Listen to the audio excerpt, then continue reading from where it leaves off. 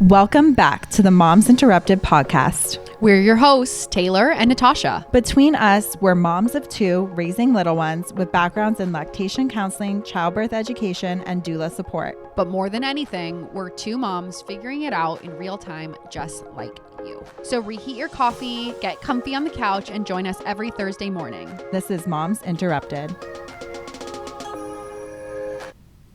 Hi, everyone. Good morning and welcome to the Moms Interrupted podcast. We're your hosts, Natasha and Taylor, except maybe our professional intro will be inserted by the time you listen to this. Or maybe not, but it's coming soon. We'll see. We'll see if we get to it.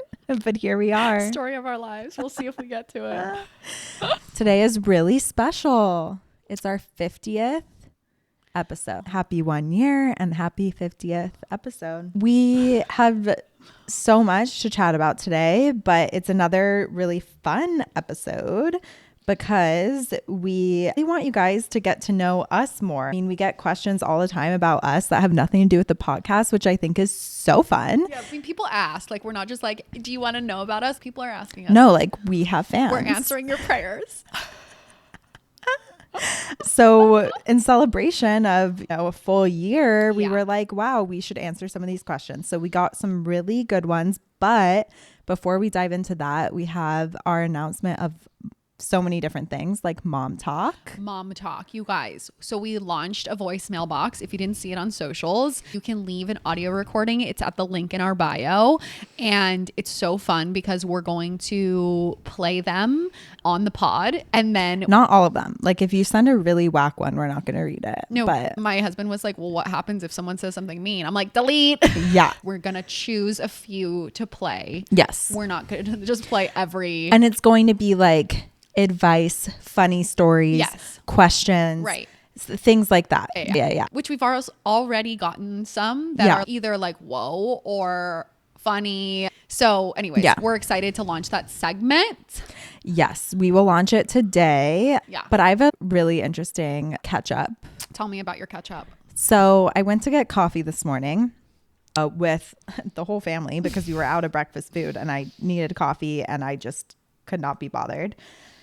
And I was standing in line and there were two girls in front of me. There were two women in front of me. I hate when people say girls. Oh my God, me too. I was just going to correct you. And then I was like, Natasha, stop being anal. So I was out at coffee this morning and there were two women in front of me and they were definitely moms because of what I'm about to tell you. Okay. So one of them goes, I can't believe it, but so-and-so wanted her child's first time seeing African safari animals to be in the wild. So she took her newborn on a safari instead of the zoo.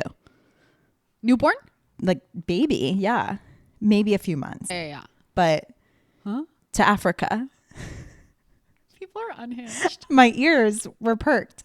The other girl was like, so can you believe it? Meanwhile, my baby lives at the zoo. I was like, what is this dialogue? Also, we have the #1 zoo in the world. Did Yeah. you know that? The So San we Diego live in Zoo. San Diego, if you didn't know. In the San Diego Zoo, I just let my son watch Madagascar for the first time. And they talk about the San Diego Zoo. Yeah, because it's the #1 Because it's like zoo the zoo. in the world. I thought it was just like a good But zoo. it's not good enough for this mom. Well, this yeah, mom flew to Africa. I mean, look, if you can fly to Africa to show your kid the lions and the tigers, good for you. I hope she went in her private jet. No, I'm so happy for her. Because this 3-month-old just had to see a true zebra. You know what? I don't judge. You got to do what's in your pay bracket. I want to be that.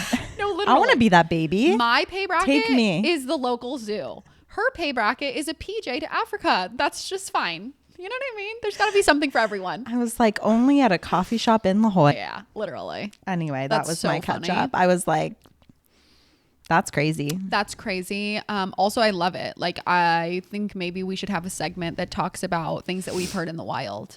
Yeah. Punny because Punny. You made a punny. I did.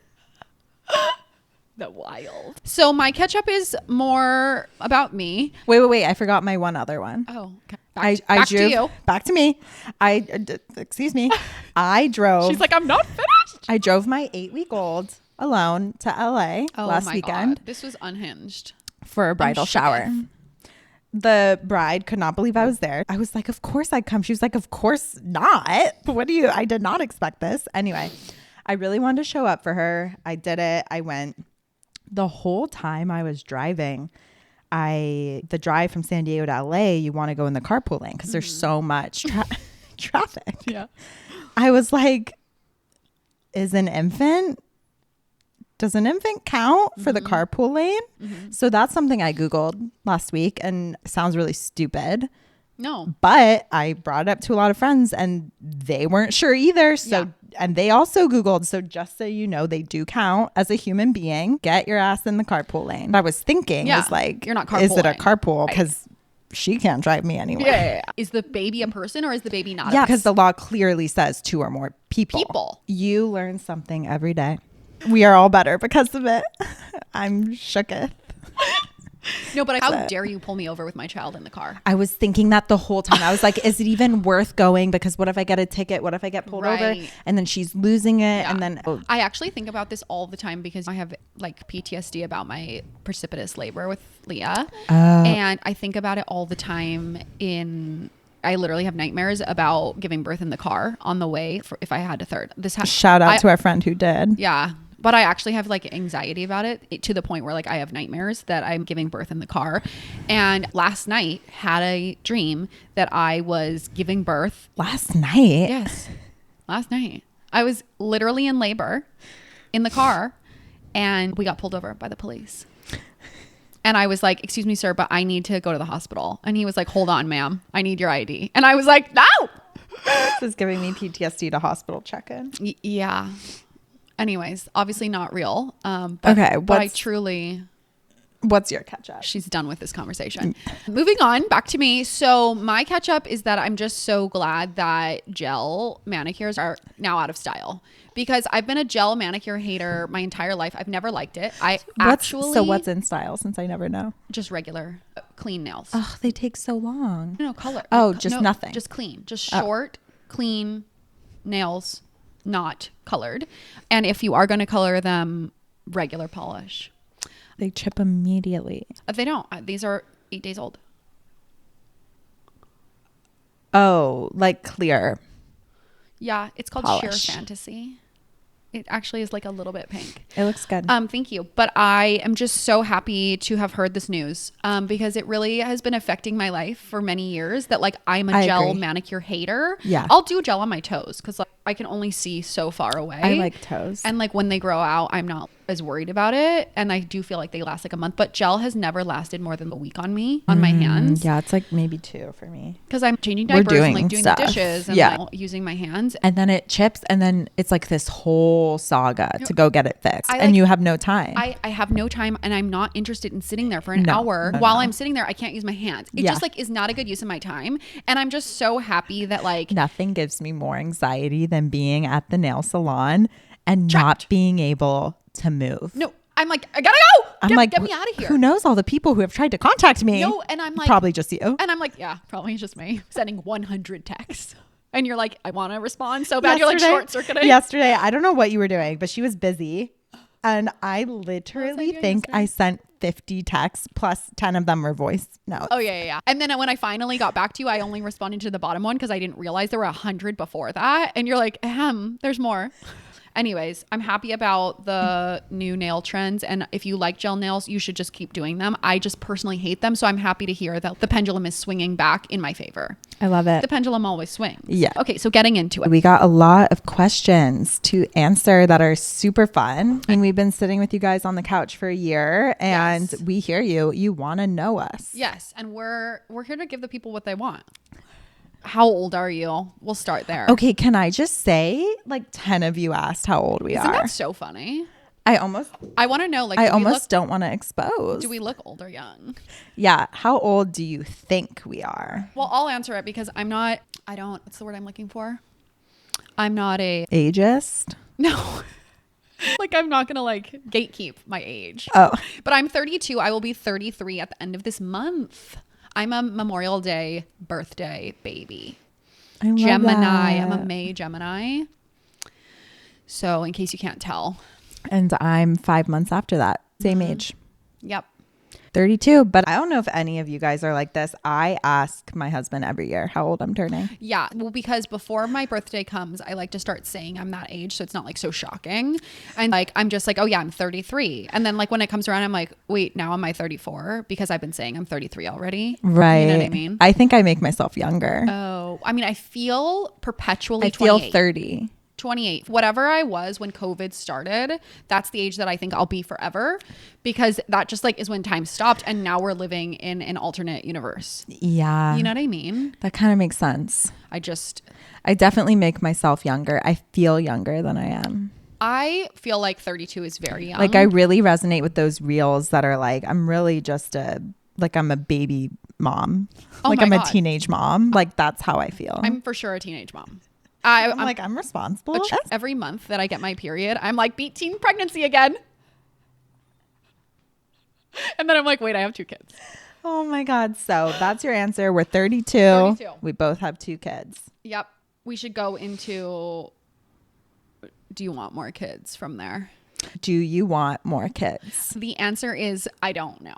Truly, I don't. I have days where I am like, absolutely, there's nothing I want more than a bigger family than we have right now. And I have other days where I'm like, there's absolutely 0% chance that I could handle any more than this. I'm already so spread thin and I don't want to be pregnant again. Like I really don't. Yeah. And I just like feel so good in my body right now. I just lost all the baby weight 20 months in. I'm exercising. I feel like I have some freedom since I stopped breastfeeding. I'm just feeling like so good. Yeah. And I am in no way interested in even thinking about being pregnant again. Maybe I like the idea of having 3, but not anytime soon. I'm talking a bigger age gap than my 2 right now, which are just under 3 years apart. 3.5, 4. I told my husband at breakfast today, no. Yeah. I was really thinking when she first came, oh, this is so precious. I can't believe I won't have this again. Like I refuse to believe I will not have this again. Yeah. And now I'm just like, I'm really ready to feel good. Yeah.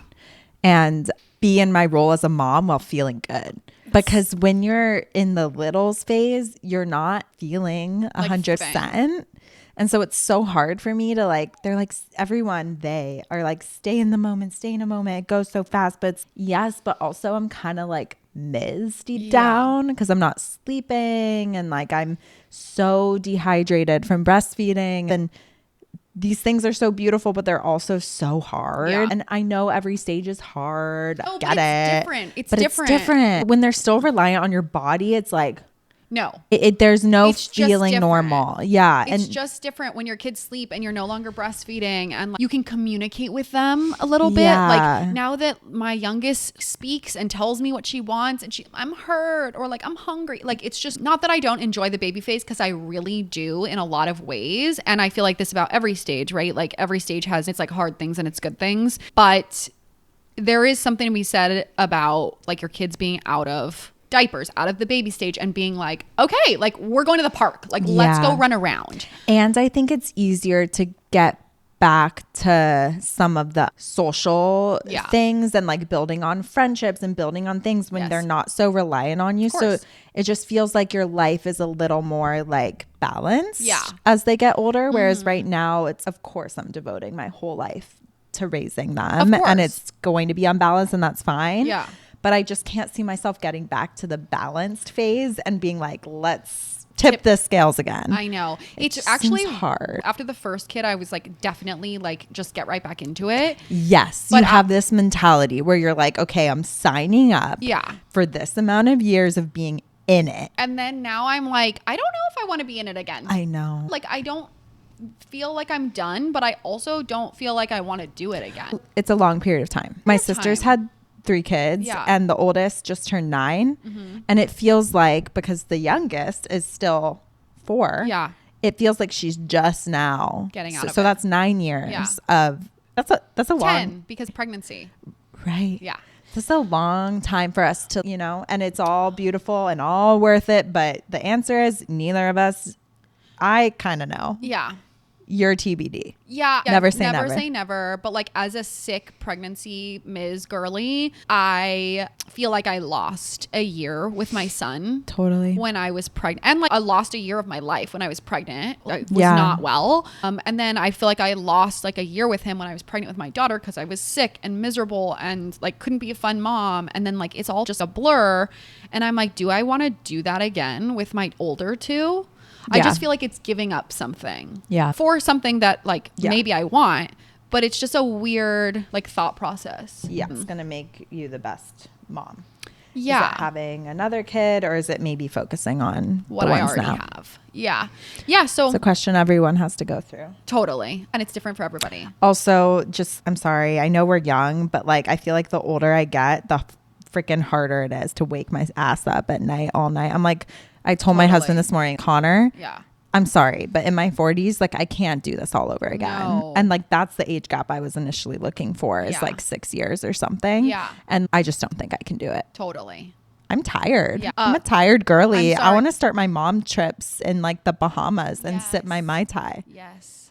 Having little kids is a young person's game. Like, Yes. and I'm talking, I'm not saying that like from my experience. I'm saying that from like friends I know who are in their 40s that started having kids late 30s, early 40s. They're like, this is for young people. They're like, it's just hard. It's so and hard. I don't feel like I'm not there I yet. give So like, so much props. I don't know, right? Yeah. Like what it's like, but I see glimpses. Like my knees are starting to hurt. My knees hurt. Yeah. That's what I'm saying. Like, My back. yeah. Oh my God. Okay. Anyway. Anyways, so long story long, TBD. TBD. Yeah. Probably no. Taylor's probably no. I'm like probably yes, but not right now. But you're also in that phase where you start to be like, maybe yes, I because you feel know. good. I feel good, but then every time like my daughter is crying constantly, I'm like, nope, definitely not. Yeah. Changes by the day. Yeah. I already feel the mom guilt of I can't give my son Yeah. the attention he needs right now. And my patience is short. And my patience is shorter. And to be honest, I don't want to do that to her. I feel really committed to being like the best mom I can to her. Yeah. And I think that's, for me personally, not having another kid. Yeah, to both of them, right? Because once Yeah. she's out of this phase, then you'll be able to balance more. Yeah. But yeah, no, I totally feel that. Like, I want to be more present with her and him. Yeah. And it's temporary, right? And it's such as life. Like I think about the guilt too, because I feel that also because like my daughter still wants to be held all the time and she's crying. And like my son is like very easygoing and like he's just like off playing and doing whatever. And I'm always like, God, I wish I could give him more.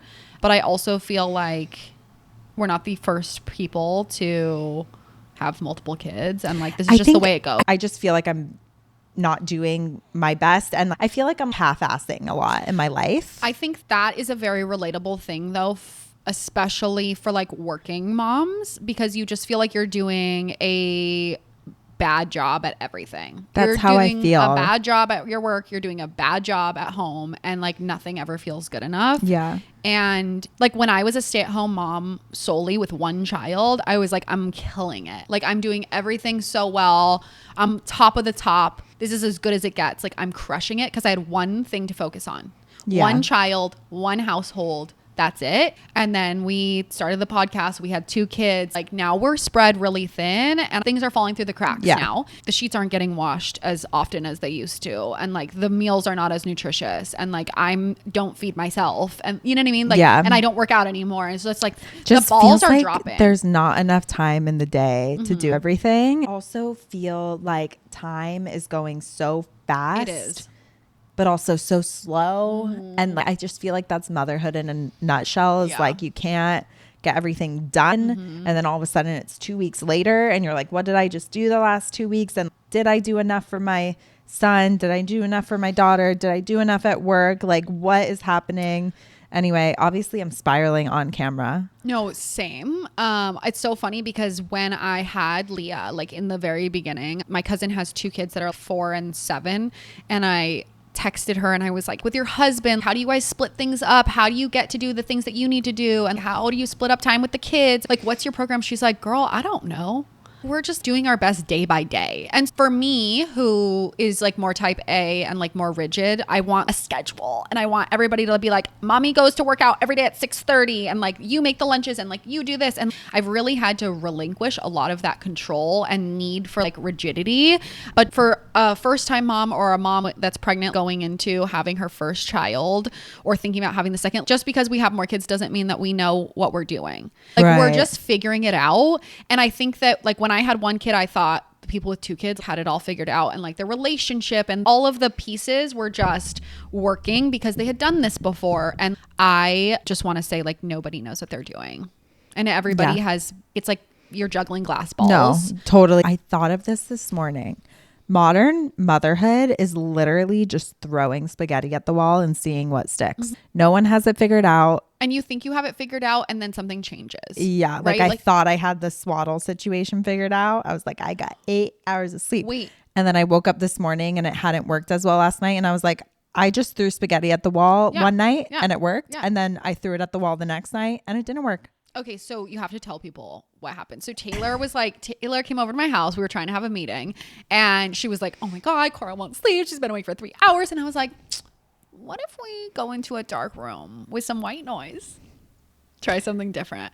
Anyways, I tried. It didn't really work. But then she was like, no, it didn't work at all. Okay, well, it worked for a second. It worked for 10 minutes. And then my daughter, as she always goes like this, wide awake, and is up. Yeah.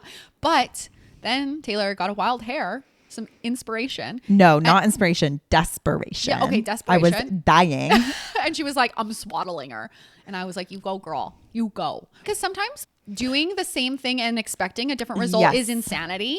Well, I had tried swallowing her in the past. No, it didn't work, but maybe it would work this time. And I was like, I'm going to do something because I can't try nothing because I'm dying. Yeah. So, and you did, and you had a good night. Yes. And then last night was awful. But you know what? Whatever. We got one good night. We got one good night. And it did change the game for me. One good night. Oh, life-changing. Is life-changing. You know those memes? These are like the most relatable motherhood memes ever that are like before motherhood, 4 hours of sleep. And it's like, right. After motherhood, 4 hours of sleep. And it's like, literally during pregnancy, I was sleeping like 3 hours, 4 hours the next night, 3 hours in it. I'm like, if I get a 4 hour stretch, I'm like, Taylor got 7 hours of sleep, and she's like, so we're starting a second business. The amount of texts I sent Natasha that day, like, you slept 7 hours and then you had 3 coffees. Beware of a mom who sleeps more than 7 hours. I will change the world. This is what I always think about, like moms like trying to get back into the workforce. People are like, I want to keep working so that I don't have a gap in my resume. I'm like, if people knew what was good for them, they would hire moms who've been out of the workforce, because not only are they ready to get out there, but they are so good at multitasking, everything, literally everything. So yeah, I'm always running like running on zero sleep, running on zero but anything, still performing 100% of the time. I told Natasha I woke up at 3 and I was texting her. I was already in my makeup at 7, driving to go get breakfast with my whole family to come set up the Wi-Fi here. And she's, wait, you just said you woke up at 3. I'm like, yeah, I know. Yeah, but that's just what you do when you're a mom. Yeah, it's just what you do. You handle. Yeah. Okay, next question. What made you want to start podcasting? Oh, I feel like this is a good one for our anniversary. Yeah. So I want to say about... Let's just start here. It was Taylor's idea. Yeah. And she actually pitched it years ago. And I was like, no. And then the squeaky wheel got the grease. I think I explained this during our very first episode, which I don't know if all of you have gone back to, but I always knew I wanted to be a childbirth educator and maybe a doula, because that's what my mom did for 21 years. She had a private practice in Hawaii. And I think I watched The Business of Being Born when I was like 12. This is how it's done and what this means. Anyway, I was born into a family that was very feminist about birthing women's rights and all of these different things. And it's always been in the back of my head. How am I going to do this? It had been about a year postpartum with my first, and I didn't like the idea of doing things the standard way with education and like only doing classes and it's myself with other people, and like you can't reach as many people, but it takes so much time. And I was like, what is something where I could be educating, but it's free for the people watching? And I just had a few friends that had started a podcast, and I was like, I should just do this, but it sounds so lame to do it alone. And I remember we were on a walk and you started getting so interested in the lactation stuff after becoming a mom. And it just felt like our different backgrounds sort of merging and aligning. And I feel like it took me a few times to convince you to do it with me. Yeah. Meanwhile, I was like deleting my Instagram. I was like, I want to get off social media. I want no part of this world. I remember being like, that's not gonna work. Yeah, she was like, re-download the app. We're starting a podcast. You have to be on social media. But at the same time, we've kept our private lives private. No, we're both private on our Instagram. We're very intentional. Like, we try not to share our kids, and we protect their privacy, and we don't share everything. Which, like, more power to people who do it differently. Which is why you have so many questions about us, because we're kind of like secretive. Who is she? Who is she? No, but it's true. When Taylor pitched the idea, I was like, no, I don't want to have a podcast. And then she was like, look, I think it would be really cool to have a podcast where we focus on a lot of education in the things that we're super passionate about, but make it fun. And that really got me excited. And digestible. Yes. That got me excited because when I was pregnant with my son, I remember listening to podcasts about pregnancy and birth and motherhood and just being like, oh my God, is there something more fun out there? Yes. And there wasn't at the time. And so we made the podcast that like we wished there was, which is like educational stuff, but also like just some girls having fun. Yeah. And we've really just made something that we're super passionate about. I do think there's a lot of older generations who are still teaching, and I think it's very valuable to hear the wisdom. Yes. But it's also so valuable to hear women who are in it right now. And I think it provides a different lens, and it provides more relatability. We also wanted to have a platform that wasn't like charging hundreds of dollars, because there's so much predatory marketing. There's so much stuff to buy when you're a mom. We wanted to have a platform that was free for moms, where hopefully down the line one day we make money from sponsorships or ads and that kind of stuff, versus just another class that we're charging moms for. I think there is so much value in breastfeeding and birth education and postpartum education. Yes, of course. And it is such a bummer that there is such a high price on those things. And we're saying it's so much value, but pay $600 for this breastfeeding course. Right. And look, people have to make money, and there's so much value in being teachers of those things. And those people have to charge money. That's their livelihood. So we're not saying, and we're not saying that like we might not teach classes down the way, have clients or whatever. Like, we're not saying that.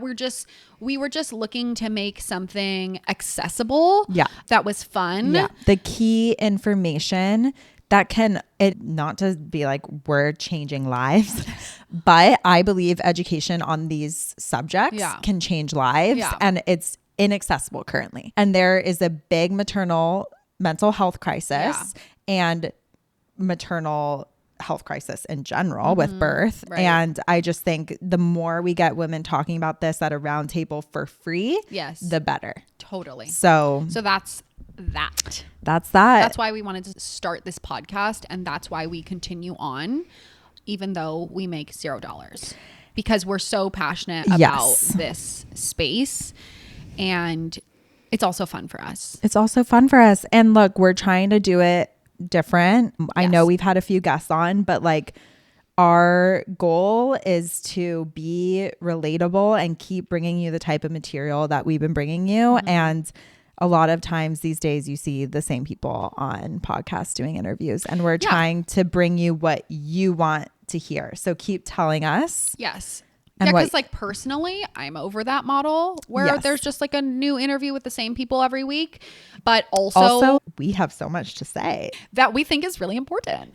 It is really important. But our angle is that we're not only moms who are in it, but we also are lactation professionals, childbirth professionals. We can educate while also being moms and sharing our experiences. Yeah. So anyways, we'll move on. We got a lot of questions about, so Natasha and I met in Hawaii.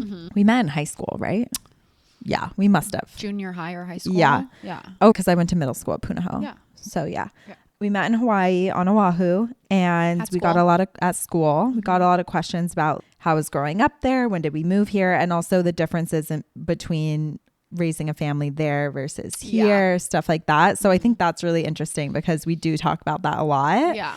But fun fact is there's a lot of us Hawaii girls here in San Diego. Yeah. We're lucky. San Diego is a really easy place to transition to from Hawaii. Yeah. I personally went from Hawaii to West Lafayette, Indiana. Shout out to the Boilermakers. I lasted 1 year in Indiana before the winter froze me to my core and I had to leave to go somewhere else for the rest of my school because I was so cold. Some of my like best, longest, truest friends that I made in Indiana, shout out to the Midwest people. You people are just like the nicest people to exist. Love you all, but it wasn't for me. I couldn't do it. So I went back to Hawaii and then ended up here in 2013 in San Diego. You went to somewhere cold too.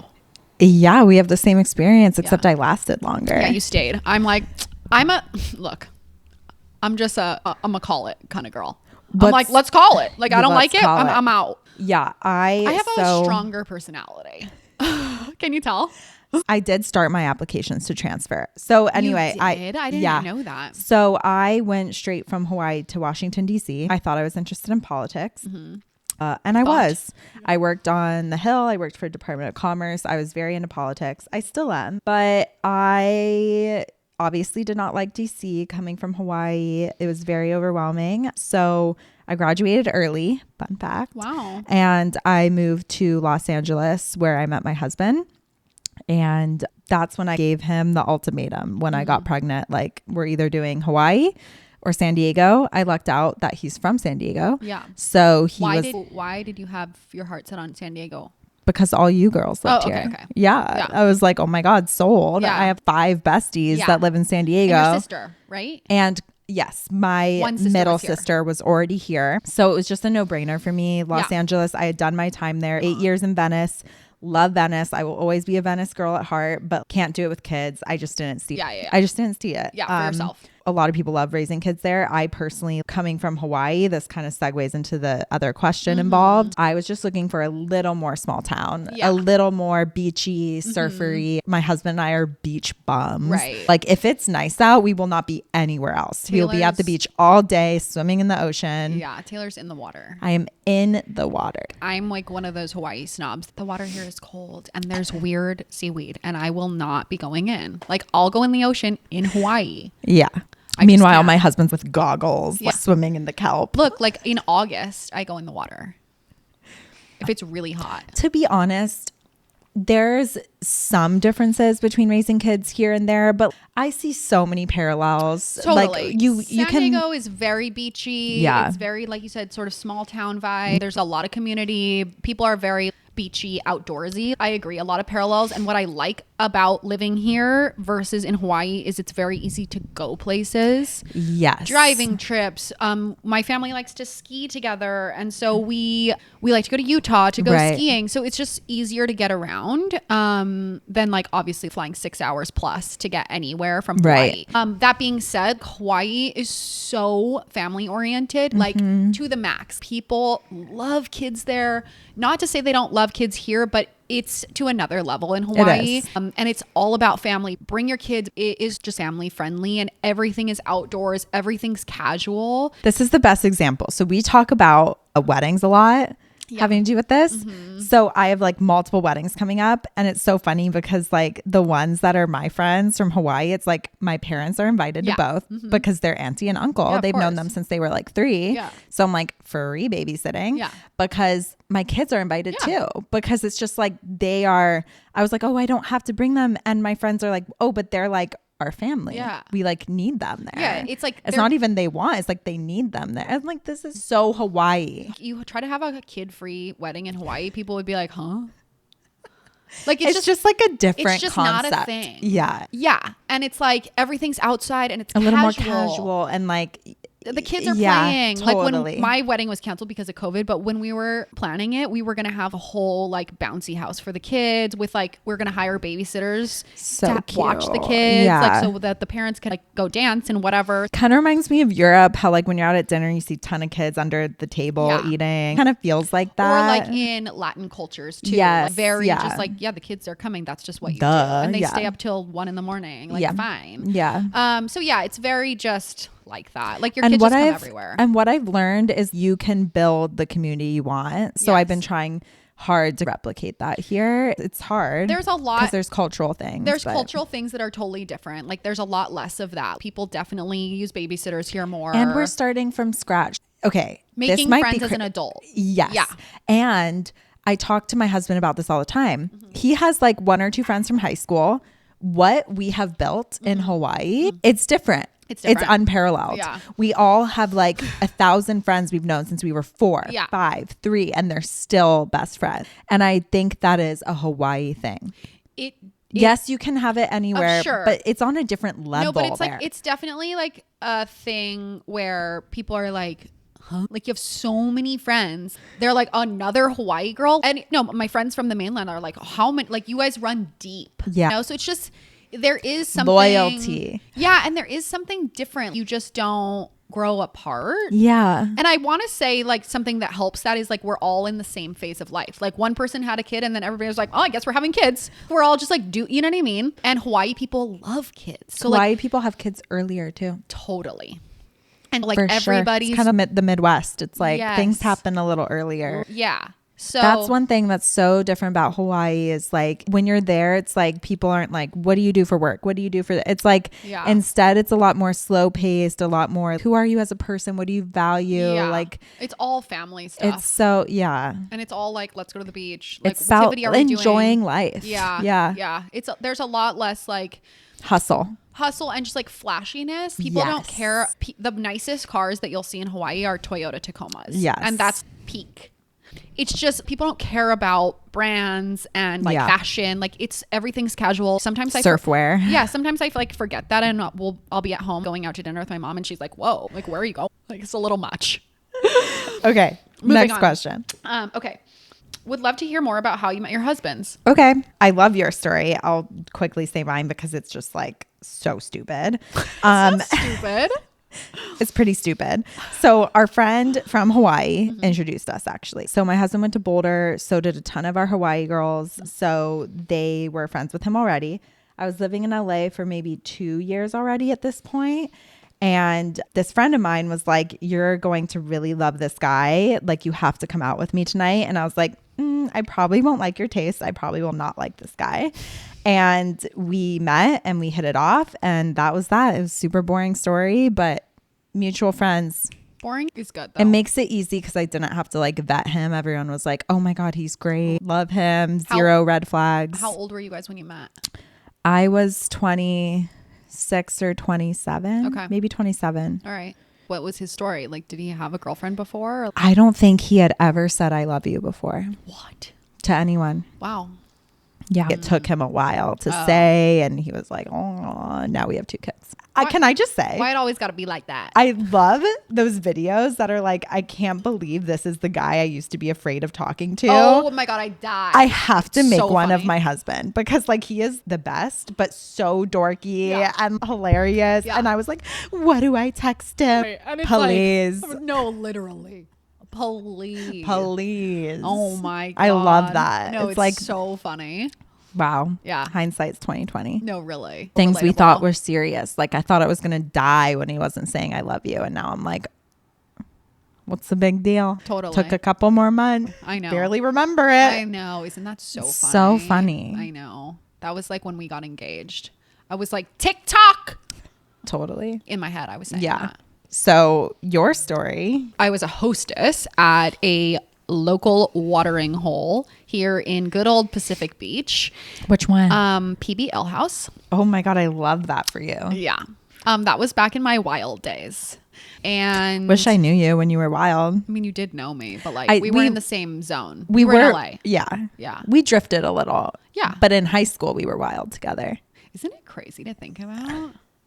So Taylor's, even though we're like 4 months apart, I'm young for my grade. Taylor's old for her grade. So she's the year younger than me, but we were actually really close in high school. We were. Yeah. Yeah. It's so funny. Of course. Obviously. When we're in proximity to each other, we're Yeah. like. No, but like you were in DC. I was in West Lafayette. So like we were far. But sorry to interrupt your husband's story, but I'll never forget Natasha was up in LA for some reason. Oh, yeah. And you texted me for coffee. And I feel like that was the game changer. Totally. We just like all of a sudden reconnected Yeah. and then we're best friends again. Yeah. And I just think remember thinking like Taylor's in LA. Like I'd love to see her. And then I texted you and you were like, I'd love to get coffee with you. And I was like, cool. Cute. And it just goes to show, if you like lose touch with someone, text them. Just reach out. Yeah. And Like, now hey, we have I'm in town. Now we have a business together. I know, right? And you followed What if me you to never San Diego. texted me? Yeah, and did everything that I do. I'm just kidding. I have zero shame about that, by the way. I told my husband, I'm like, thank God I have Natasha, because she did all the mom research for me. I didn't have to do anything. Totally. And I have no shame about it. Honestly, I feel like I'm always the guinea pig, just like across the board. Yeah. And then Love that for you. I mean, it needs to be a type A person. yeah, totally. Like, I couldn't be the guinea I pig. have spreadsheets. Yeah, I so, don't. yeah. I put like sticky notes somewhere. I lost it. I don't know. Anyway. I was telling Taylor we need to track our expenses. She's like, My story is that we met. So I was a hostess at PB Ale House back in the day when I first moved here. My husband now, who was walking in to have dinner with someone that he was interviewing from Craigslist to be his roommate. And he was like, I recognize you from somewhere. And I was like, good line. I just moved here 5 seconds ago. I don't know anyone. Also, I was 20. So it's not like I was like out. Anyways, he was very persistent. And he just like was like, can I get your number? And you then, guys have been together 12 years or have known each other 12 years. If you were 20. yes, going on 13. So he got my number in 2013. And then kept texting me every weekend. We're going to Flux, which is like a club. Do you want to come? And I was like thinking in my head, I'm 20, like I can't. And then we're having a party at the house. You guys should come. And I always like blew him off because I was in college and going to frat parties. And I was like, who is this guy? Like, stop texting me. Anyway, so he kind of like trickled off. No, he was texting me. His family lives where like my grandparents live. And then like he was back in Hawaii for something. I was like, that's weird. We're both in the same places at the same time. And then like he kind of fell off because I kept blowing him off and being like, meh, I'm not going to go out with this guy. And then he sort of stopped texting, like I want to say over like winter break. And then I got back in town and I texted him like, do you still want to take me out? And then he was like, yeah. And then here we are 12 years later.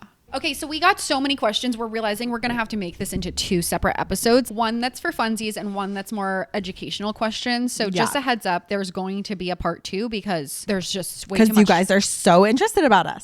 We're so interesting. We're so interesting and we're so mysterious. Like, okay, we do want to touch on a couple of questions that we got about husband-related things. So the question that we got was, how do you show up as a wife when being a mother is draining? This is such a good question. Often I don't. Yeah. To be honest. And it's so hard. Yeah. It's so hard. And something that I think about often, something I am good at is telling my husband, I'm really sorry I'm not showing up for you right now. And it's because I feel like this. Yeah. And one day we'll get to a point where I feel like I can. I hate the narrative that when you're in this phase where I'm literally feeding a human from my body and I'm not sleeping and all this stuff, that I'm required to also go on a date immediately at 2 weeks and do this. It's like you can create a reality that works for you. And as long as you and your husband are in constant communication about, look, the things we used to do to show up for each other aren't going to happen right now. So how else can we show up for each other? That's the important thing, right? So how can I help you? How can you help me? How can we remember that we love each other and that raising littles is something that we're doing together and showing up for them in just little ways. Yeah. For example, my husband was sick in bed for 4 days straight. And I was like, what can I do to be nice? Because he obviously feels really ill, even though it's annoying that he's sick in bed for me, because then I have to like pick up all the slack.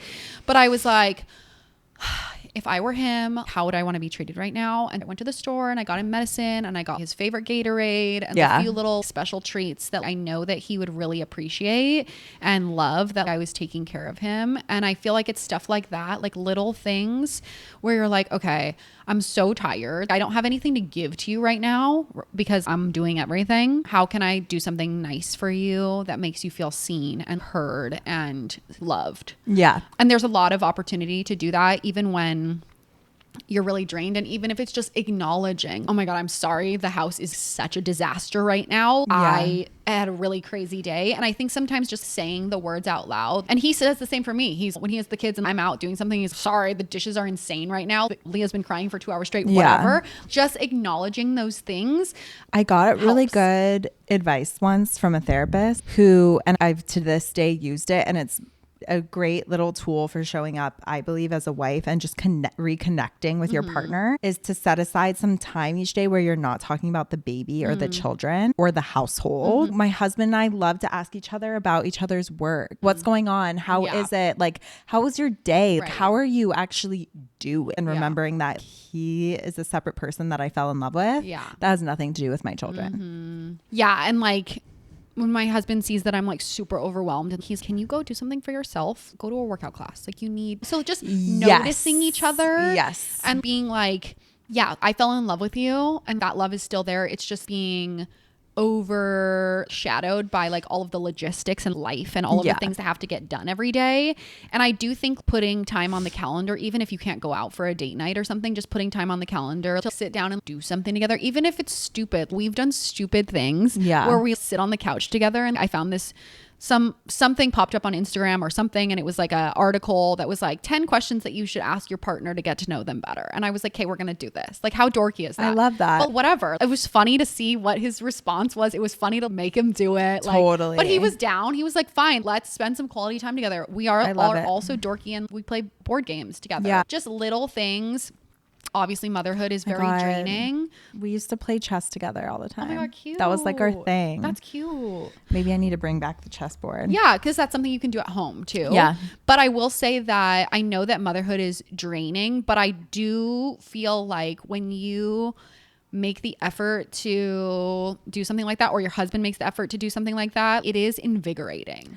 Yeah. So it gives you energy. And if you get a little slice of yourself really quick to yourself, you're like, oh, re-energized. Yeah. And in love again. And you're like, oh my God, I love this person. I'm so grateful for our family. Yeah. But if you get lost in the logistics every day, I do feel like sometimes I obviously get like that and I get overstimulated. And I feel like my husband and I, since we've been together for 12 years, we've gotten really good at being like, okay, you need this. Or I'll even say, I really need a date night. I really need to spend some time with you. We need time together. If we're like bickering a lot or something, we need time alone.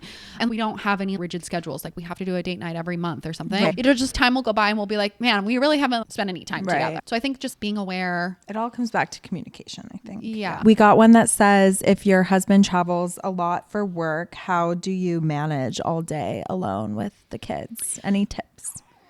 So my husband travels a lot for work. He also has very long work days, a lot of work dinners, a lot of that kind of stuff. I oftentimes am solo. And I would say my hottest tip is just lean into your goals. I have friends who will come over who don't have kids and will order in takeout, also like order in takeout. Like number one tip. Yeah. Or do a girl dinner. Like sometimes I'll just make a charcuterie board for me and the kids for dinner and like we all just like eat off the same board. Make your life easy. Yeah. Don't reinvent the wheel. Invite your girlfriends over. Invite people over with kids so the kids can entertain each other. Get out of the house. Go to somebody else's house. Sometimes you and I will call each other and be like, oh, we just need to be together. Yeah. Never forget Super Bowl. Never forget Super Bowl 2025. Yeah. Yeah. So I would just say make your life as easy as possible. It's okay to have chicken nuggets and mac and cheese for dinner. It's okay to put your kids in the bath for an hour so that they like are happy. If they're happy in there, it's okay to turn on the TV. It's okay to turn on the TV. Like just do what you got to do. Yeah. This is the time to lean into the easy stuff. But I do say community. Yeah. Because sometimes like just having your girlfriends over makes everything better. Yeah. And like my girlfriends love to come help with like bath time. And then then the kids go to bed and then we sit and have a glass of wine together and we watch a show. And like that's so invigorating. Yeah. So fun. That would be my advice. That's how I handle it. And I've found like to be the most helpful. Yeah. Yeah. You have long days too. What do you can't call in the reinforcements, aka the grandparents. Yeah, totally. If it's a long haul. But if it's a weekend, friends. Yeah. Lean in. Yeah. Yeah, and get out of the house. That's always my like. I'm like, we gotta go. Yeah. We gotta get out of the house. That was me even yesterday. Though it's hard. When I had both kids. I was like, I don't care if I'm breastfeeding the whole time. If she has a blowout, we're getting out. We have to. Went to a coffee shop. She did have a blowout. I had to lay this big thing on the floor of a bathroom with no changing table. Yeah. Can we like get it together with the changing tables? Yuck. Anyway, we are going to end our episode with one of the voicemails that we got for momTALK. Yeah. Our new platform. So we're going to play it. Okay. Ready? Ready. Hey, Taylor and Natasha. I am a 26-year-old first-time mom of my little boy. He's almost three weeks old. So my husband and we take shifts throughout the night. So he'll start from 10 to 4 a.m. and then I'll take 4 a.m. to 10 a.m. And during that time of my shift, I have to pump every 2 hours and take care of myself. I'm still changing my own diaper and changing baby's diaper and feeding him, pumping, and taking care of the dog too, because the dog follows me everywhere. Anyways, on his shift, he plays video games, and I've noticed that the baby has a dirty diaper, like a pee pee diaper, every time we do a shift change. And I just like he is online with his friends playing video games, and he is just having a great time. And I just kind of resent that because from my 4 a.m. to 10 a.m., I'm just in the trenches and I wake him up at 10 a.m. and I just go, okay, you need to get up now. I need help. The dog, the baby, me. So I just want to ask you guys how to navigate that and any advice. Obviously, open communication. What are your initial thoughts? So my initial thoughts are that this phase is never going to be fair. When you're breastfeeding and you're recovering, it's never going to be 50-50. The 50-50 comes in other ways. And honestly, the fact that he's doing a shift is great. I think you have to talk about like the things that bother you, right? Your expectations. When you get the baby back, the baby should have a clean diaper. That just needs to be an expectation. Like, and that's a fair thing, right? When you give him the baby, clean diaper. When he's wrapping up his shift, he gives the baby to you with a clean diaper. But honestly, to me, the fact that he's taking his 6-hour shift, that's none of my business what he's doing with the baby. I don't care if he's playing video games. I don't care what he's doing. I'm going to sleep. Obviously, it sucks on your shift that you have to get up and pump, but that's the way it's going to be. And that's not something that he can help with. So maybe the answer is, since I have to do this on my shift, is there something in the day that you can pick up on? There's other ways for him to show up. Yeah. He does all the dog walks. He does, Let me just say, when I had kids, the dog no longer belongs to me. Yeah. None of the dog stuff is my responsibility because I am keeping a human alive with my body. Yeah. You order the food, you stock the food, you feed the dog, you walk the dog. The dog is not mine anymore. Yeah. And that's what works for my family. And he's happy to do it. He's like, great, I can't breastfeed. I will happily take the dog. Totally. So there's other ways, right? He's never going to be able to pump. Also, you're still healing. Yeah. It's 3 weeks. You're still in diapers, like you said. So dog's got to be on him. There's things right now that he's got to pick up on. And I understand the resentment because especially the first time, you're just like, why is this so hard on me? And like your life hasn't really changed. But what I will say to that is this phase is very temporary, and find ways that he can pick up the slack in the day or during his shift. Like maybe he can order diapers. Maybe he can restock the diaper caddy. Maybe he can wash your pump parts so that you feel like he is pulling his weight, because those are things that he can do. Yeah. But I will say that one of the best things and some of the best advice that I've ever gotten is like, when dad has the baby, let dad have the baby. It was very hard for me to relinquish the control and let him do things his way. I wanted to be like, this is the way you do it, and this is the way it needs to be done.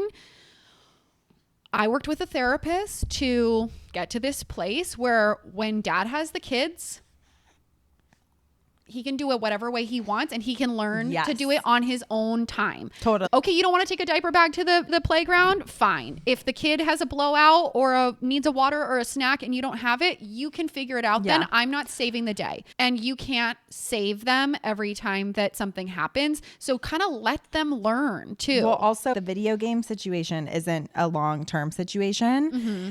That's a newborn situation. Yeah. This baby is no longer just like... Right. 24/7 while you watch video games. So if you're still doing shifts in 2 months, come back to us. Let us know how it's going. Because he might be bouncing on a birth ball trying to get that baby back to sleep. Just to offer a little bit of like perspective on that, because the newborn phase is very sleepy, and then all of a sudden their eyes are open a lot. So yeah, I totally get it. Been there. But like you said, open communication, I would communicate with him and tell him, hey, I'm starting to feel resentful. I think we need to have a conversation. I want us to feel like we're doing it together. I appreciate that you're doing shifts, but like I need XYZ. Like, can we try this? And I think just like bringing the temperature down. Yeah. And being like, and just so you know, working as a team. Yeah. What you're feeling is normal. I don't know any woman who has gone through pregnancy, birth, postpartum, period, without thinking I'm a little resentful. Of course. Like that is so valid. It's so valid and so normal. So normal. And you'll feel those feelings throughout motherhood. I don't think that like they go away, but I think what you can do is like take them and then be like, okay, so I need to have a conversation, like a calm conversation, a productive conversation about the way I'm feeling so that the resentment doesn't continue. Yes. Yeah. Agree. Okay.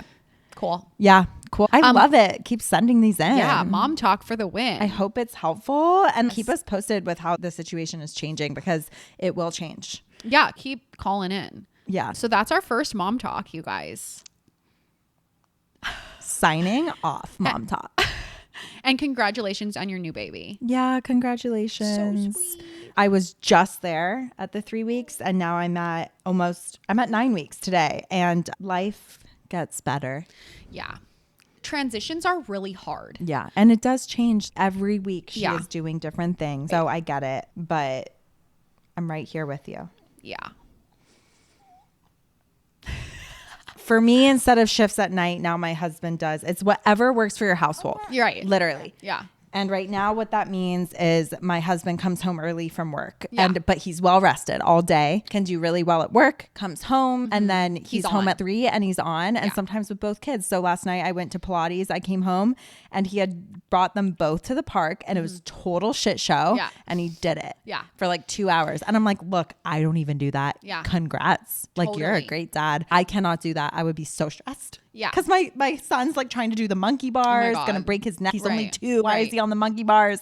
Oh my God, I'm getting stressed just thinking about it. She wakes up, she poops. I'm Right. like, I can't. I know. But it's to our point, practice for both parties, right? And everybody has to try and fail Yeah. and it's trial and error. And he thrives in chaos and doesn't get stressed. Yes. Well, which is his best quality. Even during birth, he was just like, he also like biologically they're not stressed by the same things that we are. Like when they hear the kids crying, it's not like a cortisol response for them. yeah, It's I just am different. though a higher stress person. No, for sure. Connor's Which like, I'm not stressed. which is crazy because like Never you're like seen him stressed. not stressed. I feel like you're a not stressed person. But Yeah. So we're gonna sign off, but happy 50th episode. Yeah. Thanks for being here with us. We Yeah. love it, and keep coming back. Follow us on Spotify so you get that notification every Thursday to have your coffee with us on the couch. And we will see you next week. Bye. Bye. Thanks for hanging out with us today on the couch. If you love this episode, and we know you did, make sure to follow Moms Interrupted on Spotify, Apple Podcasts, or YouTube so you never miss an episode. And if you have 2 seconds, rate us 5 stars. It helps more moms find the show. And helps us keep growing this thing without charging moms. Yay for moms! Share this episode with a friend, your group chat, or any mom who needs it. We'll see you next Thursday on the couch.